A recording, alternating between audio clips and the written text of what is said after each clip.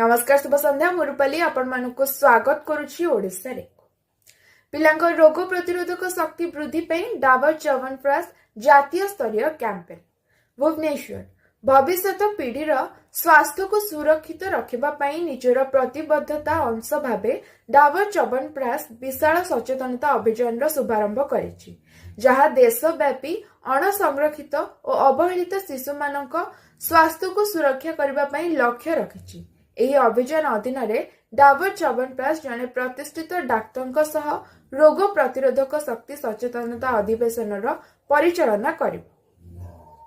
ଏହା ସାଧାରଣ ବ୍ୟାକ୍ଟେରିଆ ଓ ଭାଇରସ ଏବଂ ପରିବର୍ତ୍ତିତ ଋତୁ କାରଣରୁ ହେଉଥିବା ଅସୁସ୍ଥତା ବିରୋଧରେ ଲଢ଼ିବା ପାଇଁ ଏକ ମଜବୁତ ରୋଗ ପ୍ରତିରୋଧକ ଶକ୍ତି ଗଠନ କରିବାର ଆବଶ୍ୟକତା ସମ୍ପର୍କରେ ପିଲାମାନଙ୍କୁ ସଚେତନ କରିବ।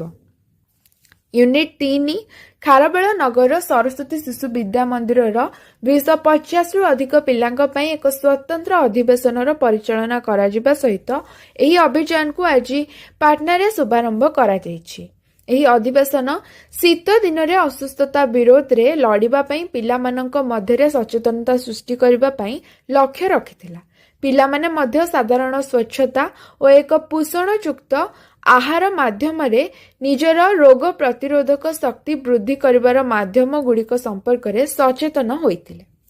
च्यवनप्राश हेउछि एक 3000 वर्ष पुराना और सुपरिचित आयुर्वेदिक फॉर्मुलेशन जहाको रोग प्रतिरोधक शक्ति बढ़ाइबा पई व्यवहार करा जाय एवं एहा थंडा काश भली दैनंदिन साधारण संक्रमण गुड़िक विरोध रे सुरक्षा प्रदान करिबारे सहाय्य करिଥାଏ।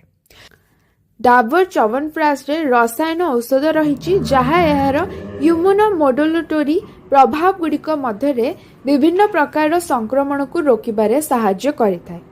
एही अवसर रे डाबर इंडिया लिमिटेड रो हेल्थ सप्लीमेंट्स विभाग रो मार्केटिंग मुख्य अमित गौर कहिसंती डाबर च्यवनप्राश 100 वर्ष रु अधिक वर्ष समय हेबा मजबूत रोग प्रतिरोधक शक्ति हासिल करिबा पई प्रत्येक भारतीय को सहयोग करिबा लागि प्रतिबद्ध रहिछि। एही अभियान उक्त प्रतिबद्धता दिगरे एक अग्रगामी पदक्षेप। एही अभियान माध्यम रे आमे पिला मानकु च्यवनप्राश प्रदान करिबा व्यतीत रोग प्रतिरोधक शक्तिर महत्व को आलोकपात करी अणसंरक्षित पिला मानकु सुरक्षा प्रदान करिबा पई प्रयास करिबो। डॉक्टर विनोद कुमार उपाध्याय कहिसंती जे ऋतुकालीन परिवर्तन समय रे तापमात्रा रे हठात परिवर्तन आसी थाए जहाँ थंडा काश और फ्लू भली अनेक रोग सृष्टि करिଥାଏ। डाबर च्यवनप्राश हेउछि परिवर्तित जलवायु चक्र रे जणे व्यक्तिर रोग प्रतिरोधक शक्ति आवश्यकता को वृद्धि करबा पई एक प्रभावी समाधान।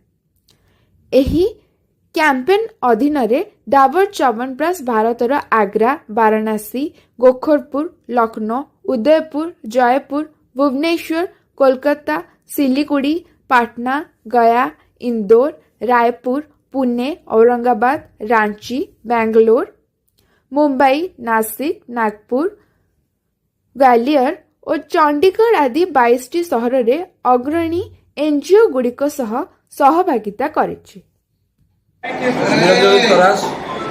प्रधान आचार्य सरस्वती शिशु विद्या मंदिर यूनिट 3 भुवनेश्वर। आज कार्यक्रम विषय जो जड़ीबूटी तैयारी च्यवनप्राश निहाती भाव में प्रत्येक पिला व्यवहार करने दरकार। ता द्वारा पिला मानकर मानसिक स्तर में विकास हो पिला मन में रोगाग्रस्त पिला जो मन दुर्बलता आसूसी दूरे रे पिला निरोग रही मन भितर अनेक प्रकार पाठ पढ़ा प्रति आग्रह आसो मन प्रफुल्ल और तार स्मरण शक्ति वृद्धि हो। याद्वारा पिला माने यही मेधावी छात्र भाव में निज गढ़ी तोड़े। तेणुकरी आज ये जो प्रयास पिला निहाती आवश्यकता अच्छी। प्रत्येक पिला याद्वारा इम्यूनिटी पावर बढ़ और प्रत्येक पिला सुस्थ रही।